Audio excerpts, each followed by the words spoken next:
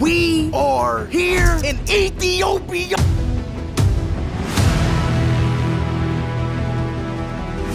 ኢትዮጵያን እንደገና የገለጣት ታዋቂው አይሾ ስፒድ በአዲስ አበባ ጥቁር አሜሪካውያን የኮሩበትና ሪከርድ የተሰበረበት ውሎ መላው ኢትዮጵያውያን የተነጋገሩበት የቲክቶከሩ አዶናይ በጎ ተግባር Aisho Speed deserves an award because he has single-handedly destroyed Western propaganda. I just watched Aisho Speed in Ethiopia. Now, I was even shocked. I was even shocked to know that Addis Ababa እነ ቢቢሲና ታላላቅ ምዕራባውያን የመገናኛ ብዙሃን ለዓመታት የገነቡት የአፍሪካ ጨለምተኛ ገጽ በአንድ የ21 ዓመት ወጣት ዩቲዩበር ሲፈራርስ እያየን ነው። አይሾ ስፒድ ይባላል። እውነተኛ ስሙ ዳረን ዋትኪንስ ጁኒየር ሲሆን በመላው ዓለም በሚሊዮኖች የሚቆጠሩ ተከታዮች ያሉት ታዋቂ አሜሪካዊ ዩቲዩበር ነው። ልጁ ቀላል ሰው አይደለም። ከእድሜው በላይ የገዘፈ ነው፣ ግን ገና አፍላ ወጣት ነው። ልጁ በወጣቶች ዘንድ ተወዳጅ ነው። ገና በ16 ዓመቱ ሚሊዮነር የሆነና 48.5 ሚሊዮን ተከታይ ያፈራ ነው። በዚህ ዘመን የተከታይ ብዛት ትልቅ ሀብት ነው። ድሮም ያው ነበር። ታዲያ ይህ በተለያዩ የማህበራዊ ሚዲያ ገጾች ከ150 ሚሊዮን በላይ ተከታይ ያለው የታዋቂ ዩቲዩበር በአዲስ አበባ የተለያዩ ስፍራዎች ጉብኝት ሲያደርግ ደማቅ አቀባበልም ተደርጎለታል። በቀጥታ ስርጭቱ በኬንያውያን የተያዘው የአንድ ቀን የሰብስክራይበር መጠን ሪከርድ ተሰብሮ በኢትዮጵያውያን ተይዟል። በዚህ በ5 ሰዓት የቀጥታ ስርጭት ብቻ ከ250 ሺህ ሰዎች በላይ ሰብስክራይብ አድርገውታል። በአንዴ 280 ሺህ ሰዎች ደግሞ ቁጭ ብለው ከመላው ዓለም አዲስ አበባንና ኢትዮጵያን ሲከታተሉ ነበር።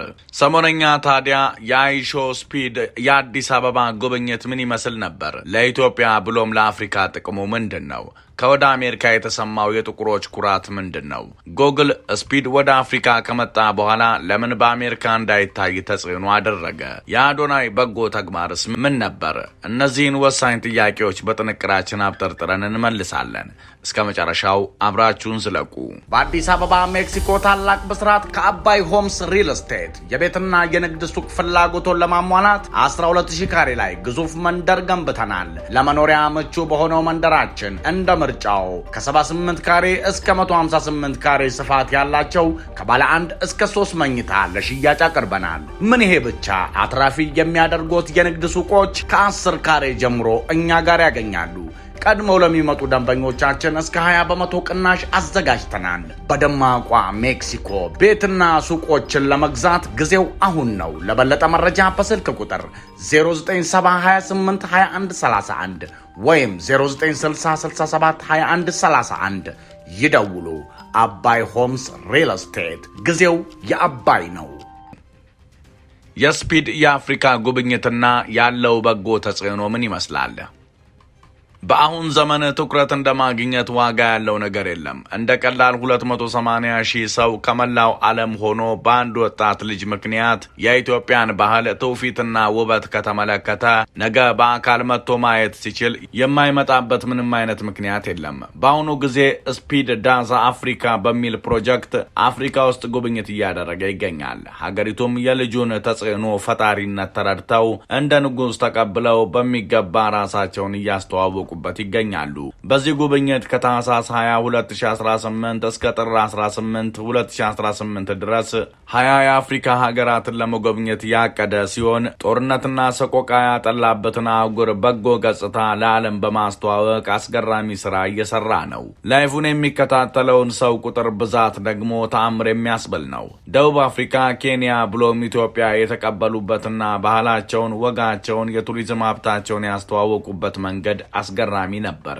አፍሪካ እንዲህ ናት እንዴ እስኪባል ነው ላይቭ ዓለምን እያስደመመ ያለው።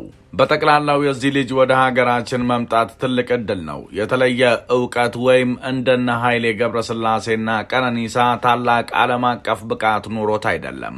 በሳይበሩ ዓለም ዘመኑ የሚጠይቀው ስኬት ላይ በዛም በዚህም ብሎ ደርሷል። ሀገራችን ላይ መጥቶ እንደ ውሻ የሚጩህ እንደ እንቁራሪት በመላው ዓለም ያለው ተመልካች ይህንን ልጅ በሚከተለው ካሜራ አጨንቁሮ ሀገራችንን ያያል።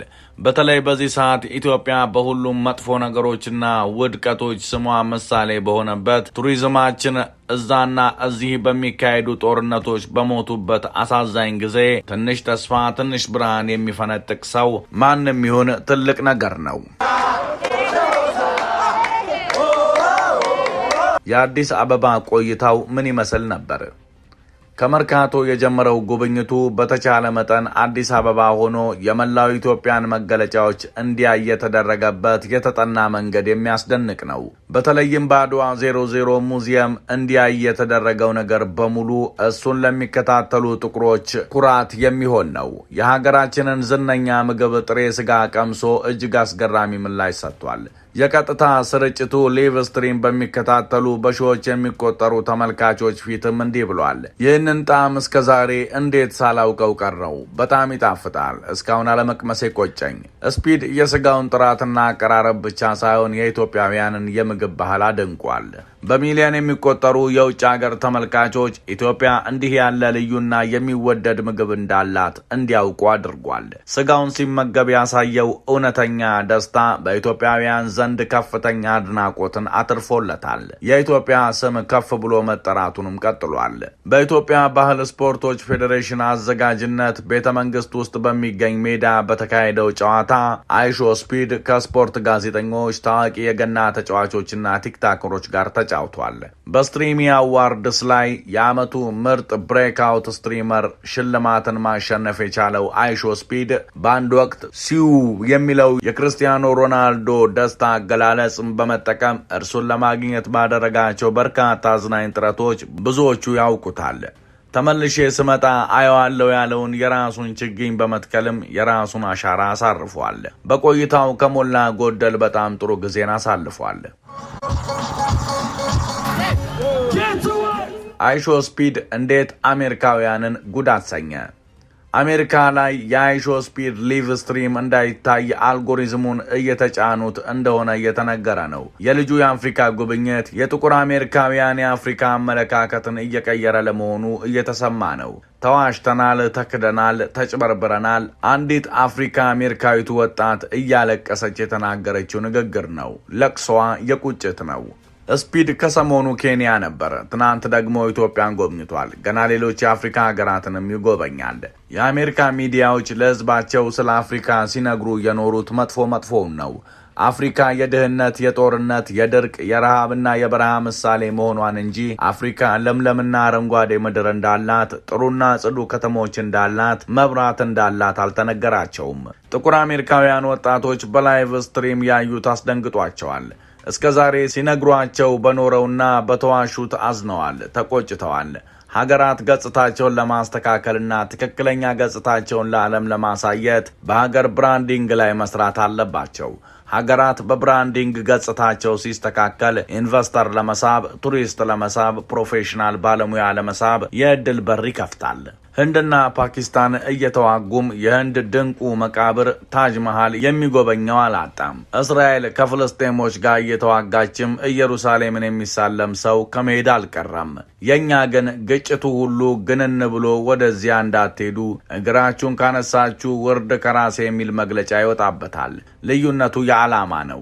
አፍሪካ አለማወቅና ስንፍና የተጫነው ነው። በዚህ የተነሳ ዴስቲኔሽን ብራንዲንግ ጥቅም ገብቷቸው እየተንቀሳቀሱ ያሉ የአፍሪካ ሀገራት ቁጥራቸው ብዙ አይደሉም። በዚህ ረገድ ደቡብ አፍሪካና ሩዋንዳ በዘር መድሎና መተላለቅ የጠየመ መጥፎ ስማቸውን ለማደስ የተሳካ ስራ ከሰሩ ሀገራት መካከል ናቸው። ኬንያም ብዙ ባይሳካላትም ጥረት አድርጋለች።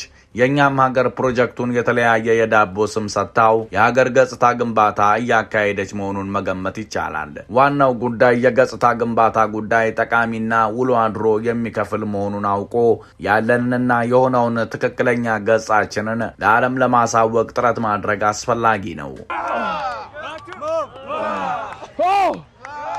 ስፒድ ታዋቂ እንጂ አዋቂ አይደለም። ይህንን ለማሳየት በኬንያ ባደረገው ጉብኝት ላይ አንዲት የአፍሪካ ጠንካራዋ ሴት ነኝ የምትል ሴት አሰልጣኝን ምን አሰለጠንካት ሲለው ኤሮቢክስ አስተምራታለሁ ሲለው አረብኛ ቋንቋ ማስተማርህ ለጥንካሬ እንዴት ያግዛታል ሲለው ነበር። ልጁን ከእውቀትና ከስርዓት አንጻር ከመዘነው እዚህ ግባ የሚባል ቦታ የለውም። ያለው ተከታይ ብዛት ግን ትልቅ ሚዲያ እንዲሆን አድርጎታል። የሚዲያ ጉልበት ደግሞ ምን እንደሚፈጥር ሰይፉንና የእሸቱን ዶንኪ ቲዩብ ተጽዕኖ ማየት ነው።